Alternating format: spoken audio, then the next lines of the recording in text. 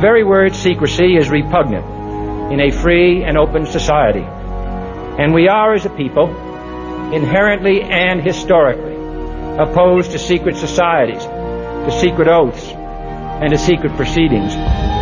We decided long ago that the dangers of excessive and unwarranted concealment of pertinent facts far outweighed the dangers which are cited to justify it. Is anyone really paying attention in the U.S.? Where's the alarms? Why aren't they going off with the U.S. population? The Orwellian doublespeak nightmare that we're all currently descending into continues. This is Dane Wigington with GeoEngineering Watch Radio, the weekly Global Alert News Hour for December 17th, 2016. This is a commercial-free, one-hour news program, unvarnished news. If that's what you want, you are in the right place. This show is broadcast on KQMS throughout Northern California on 1670 AM, 99.3 FM, and 105.7 FM. Recordings of this show can be found on geoengineeringwatch.org under the top stories, recent, and radio sections, and at the KQMS archives. You can also call in from any phone to the PRN radio network, which is broadcasting this show throughout the East Coast. That number is 1-701-719-0991. You can access any of the last 5 calls from calling into that phone number. I want to stress again for those in Shasta County that DVDs of Silent Epidemic, the untold story of vaccinations, and information, real information from 2,700 architects and engineers from all over the globe on 9/11, both of those are at Orchard Nutrition. We ask that you take only one copy, share with others. We're trying to get as many copies out to as many people as we can so people start to wake up to what's being done to them and what's unfolding around them. I want to thank on the air KQMS's Steve Gibson for his continued efforts to, in what ways he can, to help encourage people to investigate the facts. And that's the responsibility of any journalistic person, isn't it? Investigate the facts. My thanks to Steve Gibson. This past week, GeoEngineering Watch, with the help of some dedicated activists, was able to supply and distribute over 40,000 color glossy two-sided flyers that went out in the Sonoma Press Democrat newspaper. Those flyers went to all of those households, over 40,000. And I want to thank by name some activists who were key in that effort: Melanie Moran, Mark Steiner, and Brian Schuler. My gratitude to them, and my gratitude to all activists that are doing everything they can all over the country and all over the planet. It's all of us working together that matters. And if we continue to press forward and not to yield, not to give up, not to be deterred, we will yet expose the insanity. Don't give up.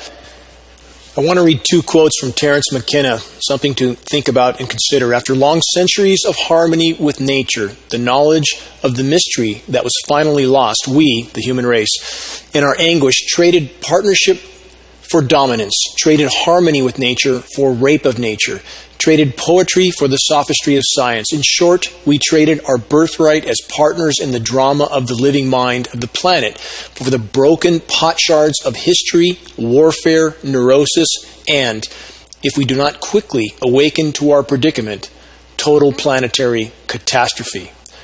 One more quote from Terence McKenna. There is no pipeline under the desert. The only way out is through our true connection with nature and the constant ability to look at ourselves and our souls with the willingness and desire to make change. No one's soul is, quote, big enough. There's always room for growth and change. The human race must take a solid look in the mirror and a more solid look at reality if we're to have any chance of long-term survival. Continuing in the allotted time for today's broadcast, I'll cover as much as I can of the rapidly unfolding scenarios and circumstances that are overturning our reality, our collective realities by the day. Later in the broadcast, I'll cover some of the facts on fluoride that many won't want to hear, many will refuse to hear, and consider that the mass fluoridation of the population has likely and certainly played a part in the contributing denial and the cognitive dissonance of the populations. Many people have bought the official lie on fluoride. I challenge them to do some real investigation. Mainstream media at this point is nothing more than a tool of total disinformation. It's getting worse by the day. How many lies will the populations accept? How far off the rails does the train have to beep before people wake up? Proven power structure lies that have been repeated by the media they control have started countless wars and conflicts. Now the target is yet again Russia, with not a shred of proof to back up the allegations. Why shouldn't we conclude that the entire election drama, perhaps, and now even the Trump victory, Russian email hack drama, is all part of the grand power structure orchestration to completely divide the U.S. population? And even if Trump is not knowingly participating in the power structure's orchestration, that doesn't mean that he's not being used as a part of the overall very convincing drama that's now playing out. Those in power are running out of options fast, and they know it. And we would be mistaken to in any way underestimate the length to which they will go in the attempt to preserve and fortify their power as the walls close in. No way to know what's purposely being orchestrated or what is in fact real division in the power structure. Impossible for us to know at this point. But one thing we know for sure, we're being lied to at every level, and the scapegoating of one country after another is absolutely simply mass propaganda.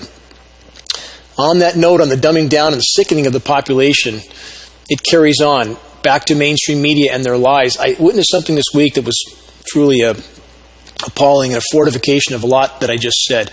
On a CNN show called CNN Heroes, an individual who has dedicated themselves to making sure that all kids get vaccinated is being worshipped by CNN as being a hero. And that's the world we live in. Few parents even bother to investigate the growing mountain of data that proves grave vaccination dangers, proves beyond any doubt individuals dependent on the medical industrial complex most certainly don't investigate the vaccination dangers. And mainstream media idolizes those who help ensure our children get the full course of toxic injections. If you live in the Reading area, go to Orchard Nutrition, get a free copy of Silent Epidemic if you care at all for the truth or the future of your children. Get it, look at it, use your sense of reason, make up your own mind. But you can't do that without the facts. The majority of media sources, unfortunately, even many so-called independent sources, have made it their task to pump out what amounts to denial of reality porn or propaganda porn. How many times have we hear media sources just refer the normal, knee-jerk public propaganda and programming, the conspiracy theory or fear porn? Anybody who says anything negative gets labeled with conspiracy theorist or fear porn. But what we really have, I want this to be considered, is the denial of reality porn or propaganda porn. And that's what's being pumped out by those who have an interest in the status quo, an interest in the business as usual, give me my paycheck and pension so that I can go home and do whatever I want. Those are cowards, and our society is filled with such people, absolutely filled with them. And when they put out their power structure narrative, their official narrative, and they demean anyone who challenges that narrative, stand back and consider who has what motives. Consider that. And do a little investigative research before you buy the official narrative of lies and propaganda from all those who pump it out. We're all living in a fluoridated, vaccinated, medicated, insane asylum where almost no one shows any real regard for even investigating reality, let alone attempting to sacrifice any of their time and energy, attempting to take steps to contribute to the greater good by helping to learn and expose the truth to others, let alone prioritizing the fight for the greater good. This has to change. This current trend must change. The mainstream media coverage of countless critical issues is complete and total propaganda and lies. The military-industrial complex is more desperate than ever and is at this point putting out a constant stream of total disinformation. And how many lives have been lost, for example, in the Middle East in recent years? How many lives? How many of our brothers and sisters in the military's lives? And for what? It's a matter of public record that toppling a long list of Middle Eastern countries has been on the U.S. agenda for a very long time. As I've covered in previous shows, the plan for the U.S. takeover of Eurasian countries has been on the drawing board for decades. I've said this show after show. Zbigniew Brzezinski's advised many presidential administrations, his grand chessboard blueprint for toppling and taking control of Eurasian countries. Brzezinski advised all the way back to the Johnson administration. So his blueprint for taking control of Eurasian countries was put into high gear, as I've stated in previous shows, immediately after the 9/11 false flag event. 9/11 was the license for fully unleashing the completely out of control military-industrial complex. The public's being fed lie after lie about what is truly going on in the Middle East. In our own country, the USA, again, spawning, funding, fueling, and arming the terrorists in Syria and elsewhere. This is a verifiable fact. What does it take to wake the public to reality? To state again, we live in the United States of hypocrisy, delusion, and denial, and amnesia. And here's a question to consider. If elected officials and their staffs, or officials from any public agency, willingly participate in the proliferation of propaganda, lies, and cover-up on issues of unimaginable gravity, and the consequence to public health and welfare are so grave, should not the individuals who help to proliferate the lies and propaganda, should they not be considered accessories to the crimes and the cover-up of grave issues that they're helping to hide from public view? They should be considered accessories to the crimes. I want to elaborate on those headlines. I'll get to that in a moment. I want to go through a rant first. I'll also, after that rant, get to the naming of the latest U.S. cities in California that are going to be fluoridated in their water and what that's doing to our health and cognitive ability. But first, let's consider the weather. I want to give a quick report on this, then I'll get to the rest of the headlines. But we must always consider the weather, the climate, Earth's life support systems. That's what determines our life. That's what determines our ability to live on this planet, what's happening to the atmosphere, without which we would also not be here. In regard to the continental U.S., how do we go from the warmest autumn ever recorded to now the crippling record cold with winter storm, quote, decima, that's decimating parts of the country? Is it a coincidence that these names are what they are? Is it a coincidence that 9/11 was on 9/11, a number that already is associated with an emergency with the American public? Is all this just coincidence? Those behind the curtain are truly twisted beyond belief, and the American population needs to wake up to this fact. So how do we go from the warmest August ever recorded, second warmest November ever recorded, 2016 will be the warmest year ever recorded? How do we go to that, from that to this record cool down that, by the way, is not happening in the Arctic? I stress again, while our media is hyping up the cold here in the U.S., helping to divide and confuse the American population, the Arctic is at record low ice, total meltdown. South Pole, also record low ice, planetary meltdown, heat waves happening in various places around the globe right now. But all we see is the cold, cold, cold, the dangerous cold. And you don't hear them say dangerous heat too much when it's scaldingly hot in summer, and we have heat indexes in places. We had this year in India in April a heat index of 165 degrees. We don't hear about that on the Weather Channel, do we? Because they don't want the American population to understand what's happening. They want them to buy the climate engineering as somehow a natural process. And in that note, on that regard, why would the day-to-night temperatures drop 30 degrees with full cloud cover all day long? And we have some forecasts now that are surfacing like this. When you have warm water, for example, moving in off the Pacific, and it's blocking the sun all day long and rain's coming in all day long, normally, historically, meteorologically, you would not see a great change in temperature from the daytime to the nighttime temperature, because you have all this stable air mass moving in with precipitation. The temperatures tend to stay very close from daytime high to nighttime low. But now we see, as moisture moves in, we see temperatures drop 25, 30 degrees. Why? Because they're chemically nucleating the moisture in those clouds, and that creates a cold, dense layer of air on the ground and lowers the thermometers. That's what they're trying to do. They're doing it. Not that this cold in the ground is not real. It's real. In fact, it's very cold if you touch this chemically nucleated endothermic reacting material that's now our snow. Very cold to the touch. It can flash burn. It flash burns foliage. But don't eat it, because the lab test of that material shows the same elements listed in climate engineering patents are in that material.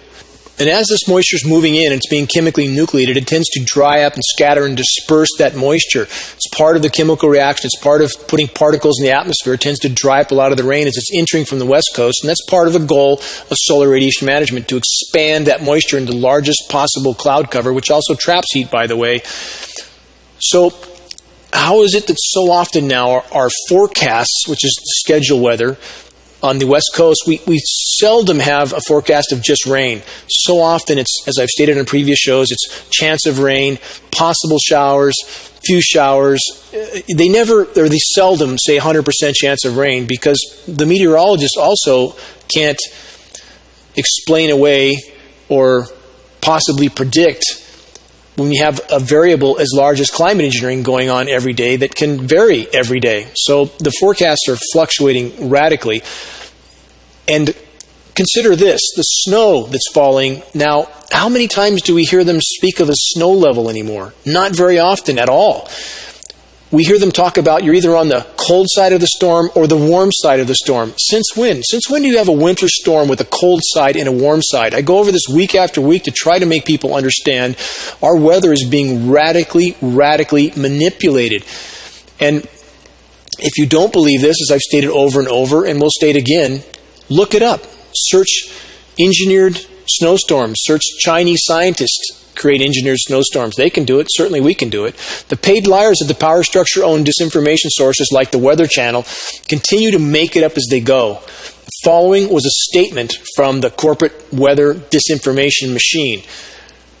They said the polar vortex is not a new thing. It's a weather term that was popularized in 2014, though it's always been something meteorologists knew of and referred to among themselves. Well, if it was there all the time, how come it's only been a recent phenomenon that's even discussed? And the polar vortex is the way they cover up the massive jet stream manipulated, chemical engineered cool downs that are happening all over. Cloud forms also. If we have had so many people observing the weather for so many centuries, how come we have new cloud forms that have only recently been named, like undulatus apparatus was named, I think, in 2008? Did these clouds not exist before? And how come we have so many in academia that are so willing to go along with whatever lie they're told to push on the public, because they've lost any sense of moral purpose? They simply want to receive their paychecks and pensions. So we have a long list of clouds now that are apparently new and never existed before or nobody ever noticed before, and they're pushed on us as normal. They're a result of the changing atmospheric conditions directly related to the climate intervention programs. Look all this up. Climate intervention, climate engineering, solar radiation management. Look it up. Don't believe me. The weather disinformation quote experts try to explain away the massive weather whiplash. Forgive this rant, but the weather is what our life depends on, and I certainly have always, formerly, before climate engineering was totally out of control, enjoyed the weather and appreciated its life support aspects, but now it's toxic rain. How does one look forward to rain when it's toxic rain? And we know it's toxic because we test it again and again and again. Aluminum is not supposed to come down in rain, and I know there's certain people who claim to be experts and who rant out a bunch of made-up facts that try to explain aluminum being in our rain as being normal. It's not normal. If it was normal, how come 90% of the aquatic insect life in Shasta Trinity County or Shasta Siskiyou counties have died in the last 10 years? Because there's so much aluminum coming down in the rain. If it was normal, that life would have never been there to begin with. How come the soil pHs have changed so much from our now aluminum-laden rain? Rain should be about 5.6 pH. We often see rain now at 6.6, 10 times more alkaline than rain should be because of the heavy metal contents in the rain. So when you have people trying to explain away to you that this is all normal to have aluminum in your rain, it's normal 9/11 for buildings to come down that never got hit by anything like Building 7. All these things that the power structure tries to explain away and the population is all too willing to accept. Start using your sense of reason. So back to the snow and the weather whiplash that's increasingly the norm that they try to explain away at places like the Weather Channel. The increasing incidence of snow beginning to fall at far above freezing temperatures. They try to explain away the fact that much of the chemical ice-nucleated snow now sublimates. I've said this over and over again. You have a chemically nucleated material, it tends to sublimate. What's that mean? It means it converts from a solid to a gas and bypasses much of the liquid phase. You don't have as much runoff from this material. And now the Weather Channel, quote, paid liar experts are trying to explain this away as well, that snow is sublimating. They try to explain away the ever more visible and alarming radio frequency signature wave ripples in the clouds that we see. These are the heavy metal-laden seeded cloud covers over our head. They explain this away as topography, as if mountains from underneath, but yet we see these ripples over the ocean, and we see these ripples at a perpendicular angle to the mountains. We have to start using our sense of reason, all of us. If the corporate power structure paid meteorologists and weathermen and academicians actively participate in the cover-up of the climate engineering crimes of planetary omnicide, are not such individuals then accomplices to the crimes of omnicide? Once the masses are awakened to what's being done to them in the biosphere on which they and their children depend, shouldn't the population then put these people on trial in a Nuremberg-type setting? And I want to answer this because many people, again, can't seem to, or don't seem willing to connect the dots on why would there be such a massive push by the climate engineers to manufacture winter across much of the U.S. in the final days of 2016. Because they know that the chemical cool down will contribute to the ongoing denial, division, and confusion of the population in regard to the true state of the global climate, as 2016 comes in as the warmest year on record globally by far, as the poles remain at record low ice levels, which are still deteriorating, and which, I'll say again, for those that dismiss the reality of engineered snowstorms, if you have any regard for the truth, do some actual investigation. Search Chinese scientists create artificial snowstorm, look at all the credible coverage of the ongoing Chinese climate engineering operations, coverage from many sources, by the way, including Popular Science, as I've stated before, and then ask yourself, if the Chinese can so easily engineer such massive and catastrophic, damaging winter weather events, does anyone rationally believe that our own government would not do this, or is not doing this? Our own government that mandatorily vaccinates us, fluoridates us, radiates us, GMO organisms us. If you're still one of those living in the world of denial that our government would never do this to us, then I have to say this to you: wake up. While there's still anything left worth waking up to. And about, again, the weather and the Weather Channel, who is their primary sponsor? Guess what? The U.S. military. Primary sponsor of the Weather Channel. Is that a surprise? It shouldn't be a surprise. And these completely propagandistic commercials that, like, joining the military is like going to some sort of summer camp where everything's happy and wonderful and we're fighting for good and everyone else is bad. And I want people to wake up. This is just simply delusion. It's about corporate interest. It always has been. It's about fascism. It always has been. It's not about patriotism or democracy or freedom. Unfortunately, not at all. A final note on the weather and the ongoing climate engineering atmospheric spraying assault.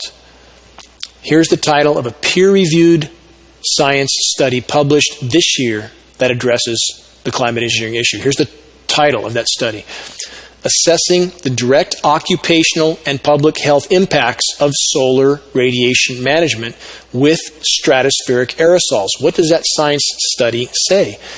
They're trying to address the obvious health impacts, which few people in the science community have even bothered to mention. That, by the way, what they spray in the sky settles down through the air column where we all get to breathe it, where it all gets to be absorbed by every single element of the web of life. So that was the title of this assessment: Assessing the Direct Occupational and Public Health Impacts of Solar Radiation Management. The purpose of solar radiation management: to block the sun, to slow a runaway greenhouse effect on planet Earth, which is happening.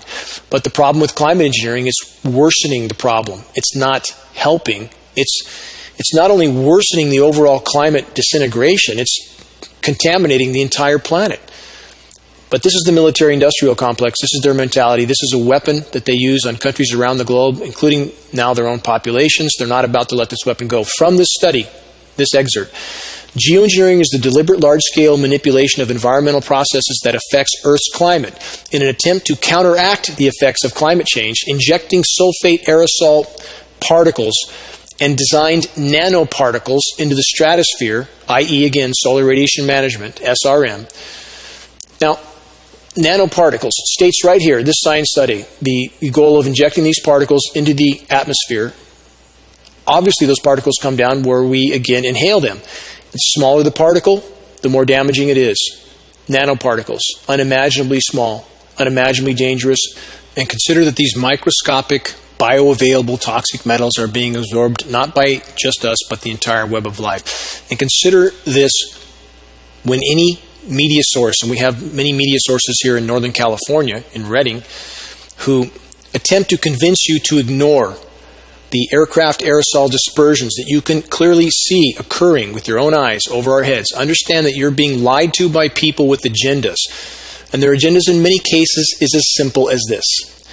Those that are so willing to toe the line of the official lies, official denial, are primarily concerned in many cases about safeguarding their own paychecks and their own pensions, or about securing their place in what they perceive as the majority herd.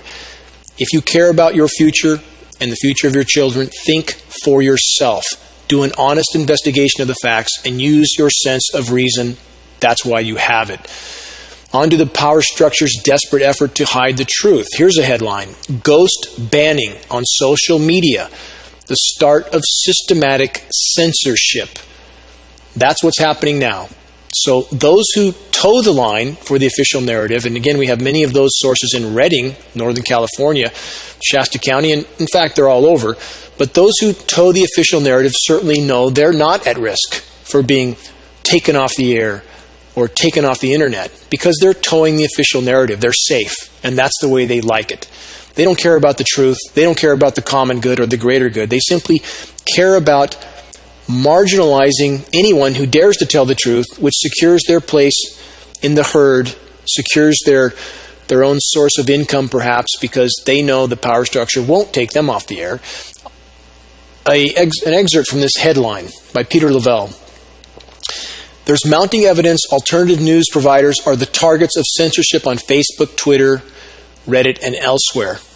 Certainly no surprise there. From this report also, we are told it's called ghost banning, meaning you are present though invisible in plain sight, and the user is completely unaware. The goal is frighteningly obvious.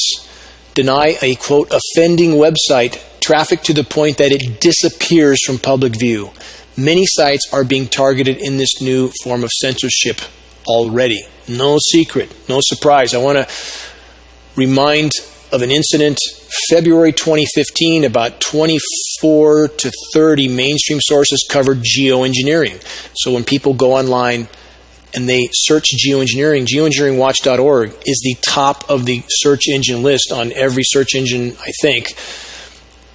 And isn't it amazing that on that day, the traffic that we have, our visitor traffic, dropped 90% on the day that dozens of mainstream sources covered the geoengineering term? Total manipulation. And if you think that manipulation doesn't come without a consequence, think again. Because if we can't wake the public up to the truth in time, that effort involves all of us. And if the population doesn't wake up, doesn't start to take an active hand in changing the direction of the human race, and we continue on this course, it's game over. And that's a mathematical, near-term certainty. And for those, again, who push the denial porn, who push the propaganda porn, who would try to marginalize anyone who tries to sound the alarm, if you succumb to that attempt to put you back to sleep, then you're part of the problem. Don't go back to sleep. Wake up. Do some real investigation. Another headline, the Associated Press announces it's joining the, quote, fight against the scourge of fake news. And who is a fake news site? Anyone who doesn't repeat the official narrative. That's a fake news site. And not to say that there's not a lot of bad or incorrect news on the internet. There's plenty of it, plenty. But it's up to us, each of us, to learn enough that we can decipher what's accurate and what's not, that we can sift the baby from the bathwater.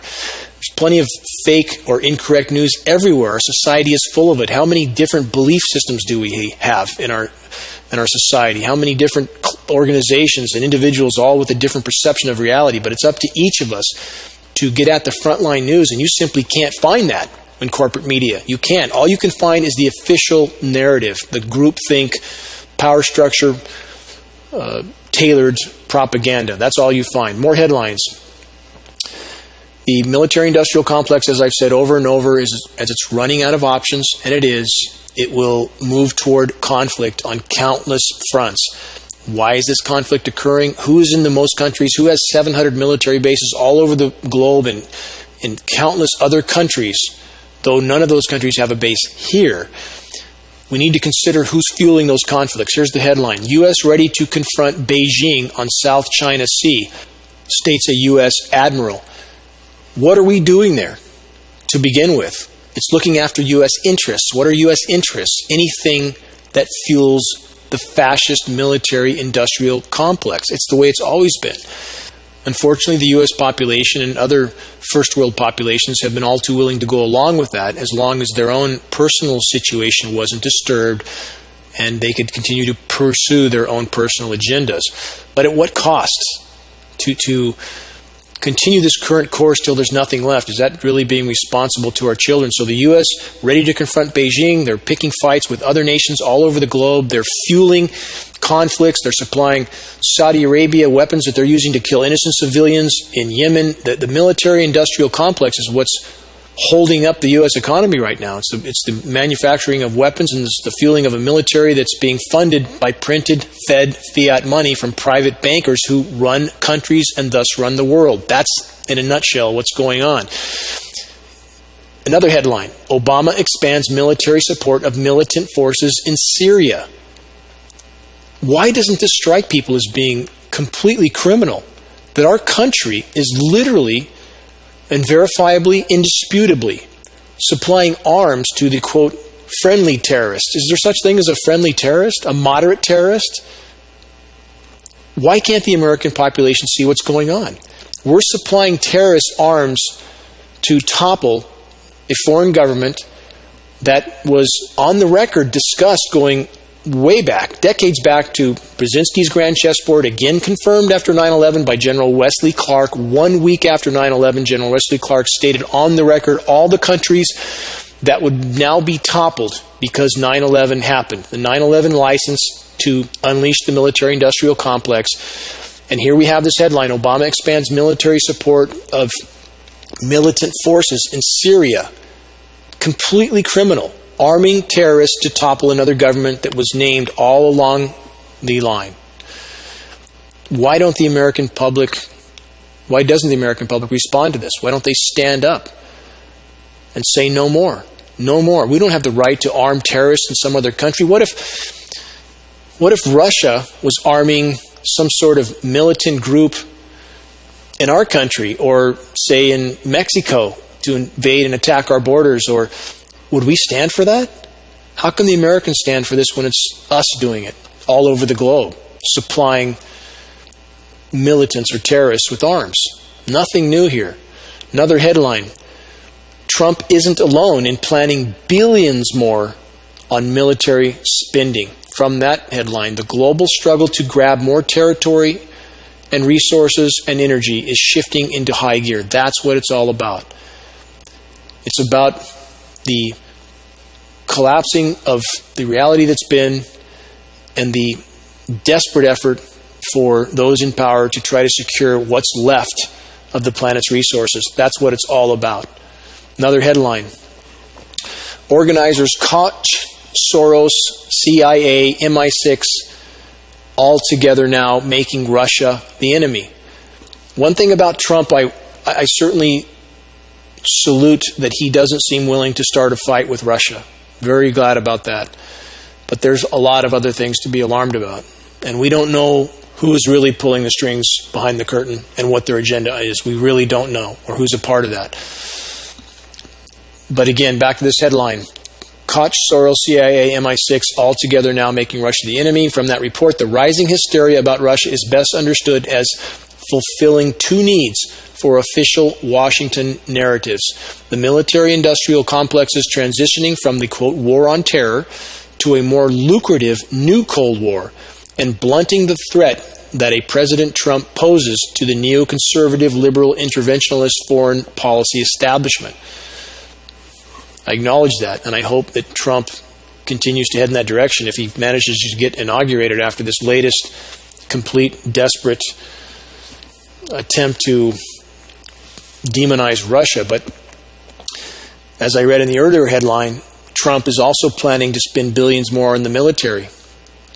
How does that help on a world that's already neck deep in conflict, running out of resources, mass migrations already happening all over the globe? It's going to get much worse. How does it help to further pump up a machine of total decimation and destruction? And that's what Trump's planning on doing. A lot of different sides to these equations, and it's important people look at that. Don't think dichotomously. Don't be in one camp of all for this person or all for that person, or look at everything in a black and white manner. Same with the climate. So many people looking at the climate in a black and white manner. It's either this or that. It's not just this and that. Countless things affect the climate. I'm focused on climate engineering, exposing it and stopping it, because the world has a right to know. It's a single most destructive environmental factor right now. It's the greatest and most immediate threat we face short of nuclear cataclysm, which, if the earlier headlines I just read continue to unfold, we may face nuclear cataclysm very soon as well. But the geoengineering issue is the most galvanizing, uniting issue on the planet. Everyone has been harmed equally. Our health, the environment on which we depend. If we could expose this issue, we could overturn the current reality. We could take a leap in the right direction. Another headline. The U.S. just moved ISIS from Iraq to Syria.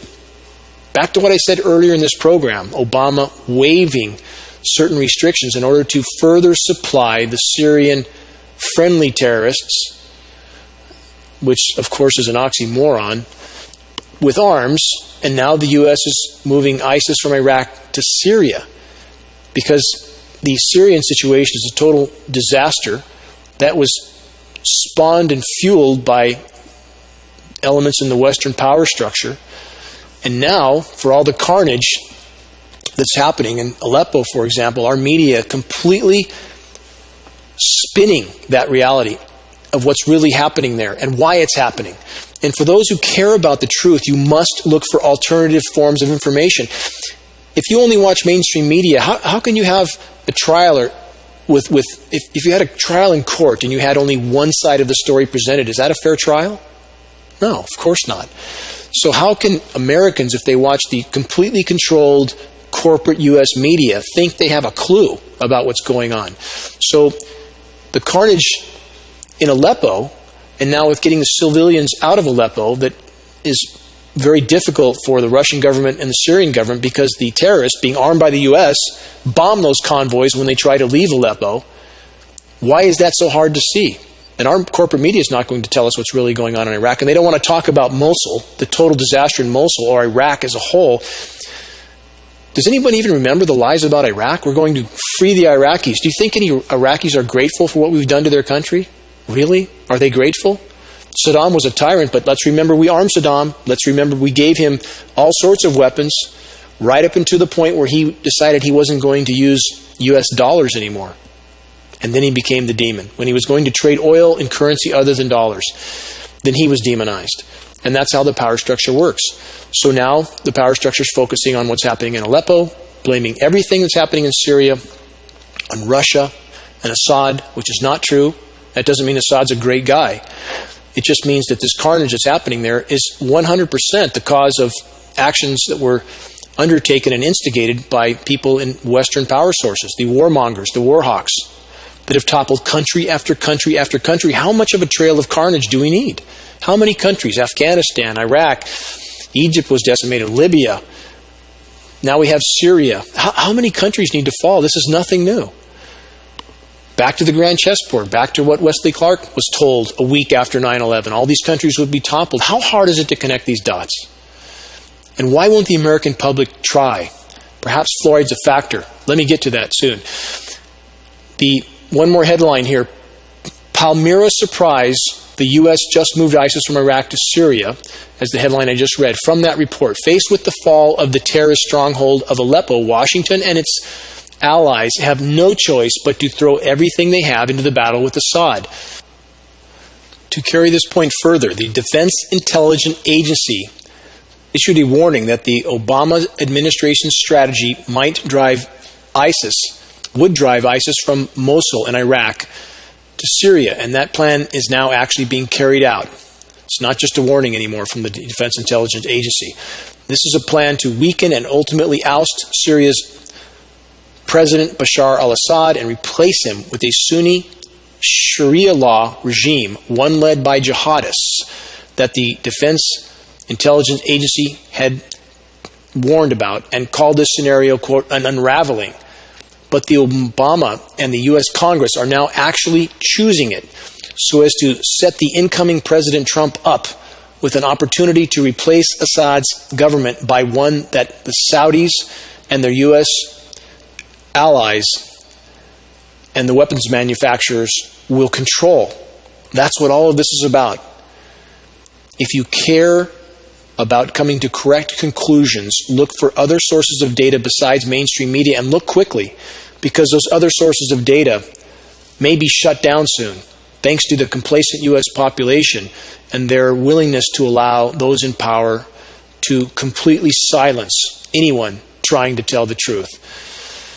Back to the headline, which weaves into everything I've just gone over. Back to the headline I mentioned earlier. Obama waives ban on arming terrorists to allow aid to Syrian opposition.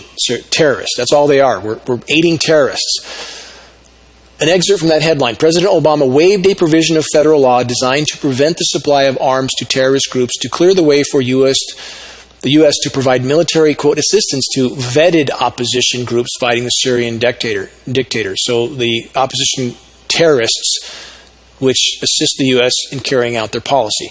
Final statement from that report. The president, citing his authority under the Arms Export Control Act, announced today that he would, quote, waive the prohibitions against Sections 40 and 40A of the AEC related to such a transaction. In other words, he's bypassing the law against arming terrorists and arming terrorists. That's what it comes down to.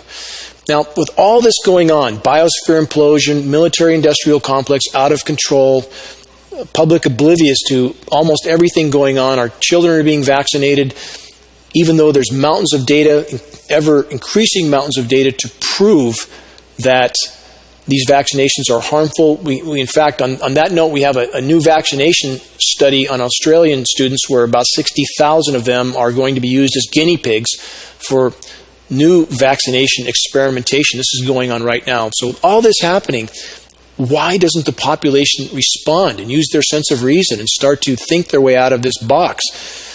Here's a study from Harvard University. Quote, the title of the study, Impact of Fluoride on Neurological Development in Children. That affects the IQ of children. Certainly it must affect the IQ of adults as well. From this report, this is from a Harvard report, and I'm quoting exactly from the report. Consider this. So, for those that ignore the vaccination dangers and the fact that obviously injecting mercury and aluminum into your veins or your children's veins obviously must do neurological damage, total systemic damage in that regard. But if for those who ignore the vaccination dangers, maybe they'll listen to the fluoride dangers. From the Harvard study, fluoride is known to cause neurotoxicity in adults. This is straight from Harvard. And negative impacts on memory and learning have been reported in studies. In analysis, researchers from Harvard School of Public Health, for the first time, combined 27 studies and found strong indications that fluoride adversely affects cognitive development in children. Why would you allow your children to drink fluoridated water? Why? Why would you allow your children to have other heavy metals that are synergistically toxic with fluoride, like aluminum and mercury, and synergistic toxic with each other? In the case of aluminum and mercury, the combination of those two clearly harmful metals becomes as much as 10,000% more toxic. Peer-reviewed study proves this. Up to 100 times worse when those metals are combined. What's wrong with the behavior of our society? And perhaps many have had too much fluoride already. I want to get to that because some new cities are about to get their fluoride. Here's a headline of another study called Fluoride and IQ. From that study, as of September 2016, a total of 57 studies have investigated the relationship between fluoride and human intelligence. The majority of those studies have shown the relationship with fluoride and learning memory deterioration. Of these investigations, 50 of the 57 studies have found that elevated fluoride exposure is associated with reduced IQs. Think about that. Fluoride reduced IQs, and they're putting it in our water. while 45 animal studies have found that fluoride exposure impairs the learning and or memory capability of animals. Same with us, obviously. The human studies, which are based on IQ examinations of over 12,000 children, provide compelling evidence that fluoride exposure during the early years of life damages a child's developing brain. Think about that. Let me continue. After reviewing 27 of the human IQ studies, a team at Harvard scientists, getting back to the other study I mentioned, concluded that fluoride's effect on the young brain should now be a, quote, high research priority. Other reviewers have reached similar conclusions, including the prestigious National Research Council, the NRC, and scientists in the Neurotoxicity and Toxicology Division of the Environmental Protection Agency, which is surprising from the EPA because they generally try to cover up threats and crimes. But notice that we don't hear about this. We simply, if you search dangers of fluoride, it's all conspiracy theory and hoax. And we find those who are willing to lie for a paycheck and pension to pacify the population so they continue to take their fluoride, they continue to take their vaccinations. That's the society we live in. It has to change or we're not going to be around long. Period. Now let me get to a headline that is clear that the power structure wants to continue fluoridating populations as fast as possible. Here's the headline: San Jose drinking water to receive fluoride, years behind other Bay Area cities. From that headline, San Jose, San Francisco has had it since 1951. Oakland since 1976. Los Angeles and San Diego, along with Contra Costa, Marin, and San Mateo counties, have had it too. They make it sound so wonderful that there's fluoride in our water. After the studies I just read, how insane of a world do we live in? Continuing from the study, and starting Monday, this is the previous Monday, I believe the 11th, large sections of San Jose, the nation's biggest city, without fluoride in its drinking water, finally will begin to receive the additive.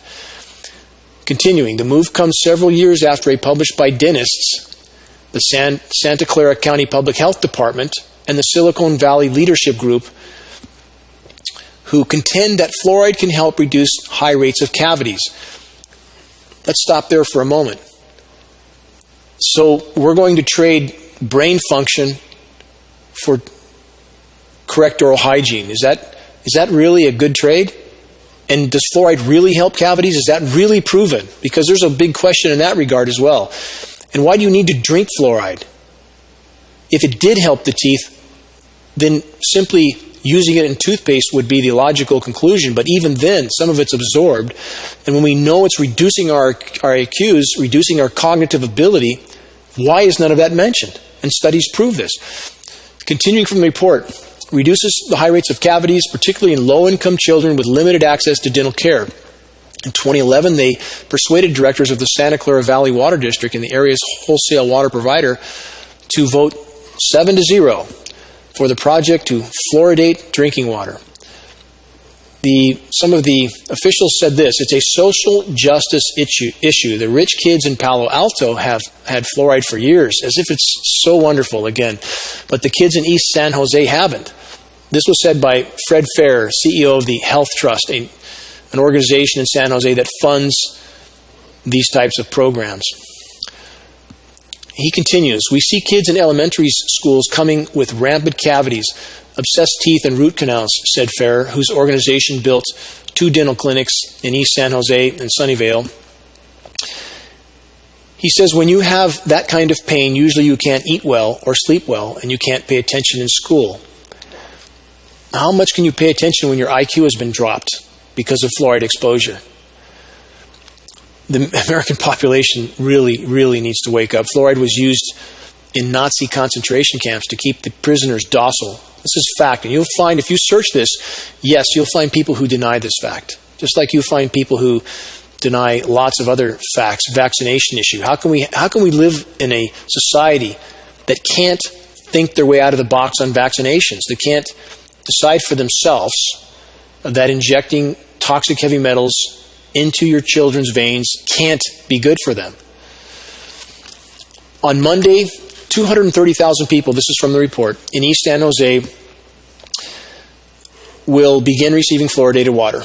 That's when the Santa Clara Valley Water District will start adding fluoride to its water treatment plant. I want to cover a few more statements from this report because it's imperative to consider this. Whatever challenges we face, if we can't think clearly, we will fail in meeting those challenges.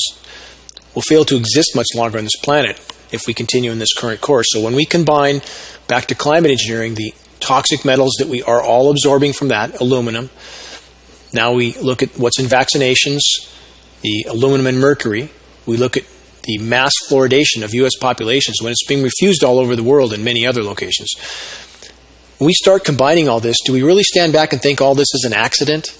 Just people really trying to help but not knowing what they're doing? Is that really what we should conclude, logically, rationally, that the, quote, experts really just don't understand what they're doing? It's no accident. It's no accident. Let me continue on.